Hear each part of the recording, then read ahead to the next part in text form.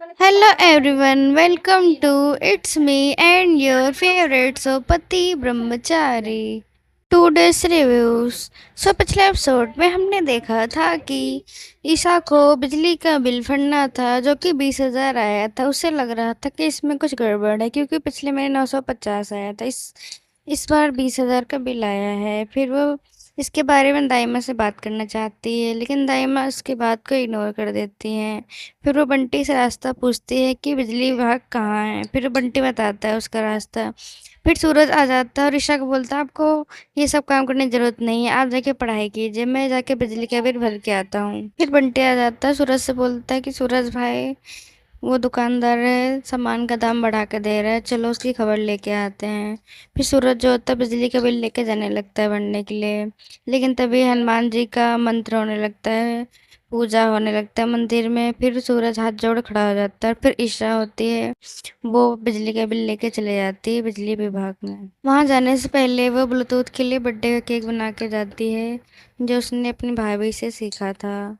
बनाने के बाद वो गैस का फ्लेम बंद करने के लिए मोनिका भाभी को बोल के जाती है। अगले सीन में काव्य और खुशबू भाभू को दिखाते हैं जो कि काव्य होते गुलाब हवेली गई होती है सबको बताने के लिए कि ईशा आईएएस की तैयारी कर रही है, उसके सूरज भैया इतने भी बुरे नहीं हैं। उसके बाद आरव रिया को लेकर आता है काव्या से मिलवाने के लिए। फिर गुलाब सिंह आता है और कहता है कि तुम्हारे ख्यालात देख के ऐसा लगता है कि तुम बहुत हाई स्टैंडर्ड फैमिली से हो, बहुत अच्छे संस्कार है तुम्हारे। फिर वो काव्या को बुलाता है रिया से मिलवाने के लिए लेकिन रिया काव्या को देख जाती है और भाग जाती है। उसे पता चल जाता है कि रिया मतलब काव्या जो है इसी हवेली में काम करती है, उसे मेरे बारे में पता नहीं चलना चाहिए।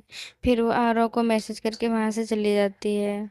फिर काव्या आरव को ईशा के आईएएस बनने के बारे में बताती है और आरव और खुशबू भाभू बहुत खुश होते हैं ये सब सुनकर। उसके बाद हम ईशा को देखते हैं जो बिजली विभाग में कंप्लेन करने के लिए गई होती है कि उसका बिजली का बिल ज़्यादा है, लेकिन उसकी बात कोई भी सुनने को तैयार नहीं होता है। उधर सूरज के जीजा जी नमक के नाम पर ड्रग्स जो लाए थे टिफिन टिफिन में डालने के लिए, लेकिन सरला आंटी ने पहले टिफिन में नमक डाल दिया था। इससे बोलती अगले दिन डाल दूंगी, आज कोई बात नहीं। बिजली विभाग का जो सर्वेंट होता है वो ईशा से रिश्वत की बात करता है लेकिन ईशा मना कर देती है और वहाँ चली जाती है। उसके बाद सूरज के जीजाजी सोचते हैं कि इस पैकेट को किसी भी तरह से टिफिन बॉक्स में डालना ही होगा। फिर सूरज चेक करने की कोशिश करते लेकिन कर नहीं पाता और सब चले जाते हैं। फिर वो चुपके से टिफिन में रखने की कोशिश करते हैं लेकिन तभी ईशा आ जाती है और बोलती है जीजाजी आपको कुछ हेल्प चाहिए क्या। फिर वो जीजाजी मना करते हैं और चले जाते हैं। बाय मिस्टेक जीजाजी से फर्श पे तेल गिर जाता है। फिर ईशा उन्हें साफ करने लगती है और सूरज देखता है कि ईशा जी तो काम कर रही है, वो ऐसे काम करती रही तो पढ़ाई कब करेंगी। इसलिए वो आता है और उनसे कपड़ा छीनने लगता है कि रहने दीजिए आप, मैं साफ सफाई करूँगा। और ये सब बोलते बोलते सूरज का पैर फिसल जाता है तेल गिरने की वजह से। फिर वो दोनों गिर पड़ते हैं। ईशा गिरने से बचने के लिए सूरज का शर्ट पकड़ती है लेकिन गलती से सूरज के शर्ट का जो पॉकेट होता है फट जाता है और फिर वो गिर जाते हैं। और ये सब देख के उसके जीजाजी बहुत गुस्सा हो रहे होते हैं कि इनकी वजह से मेरा काम नहीं हो पाया।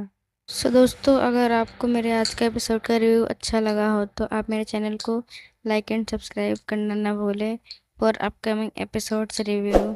Thank you for watching.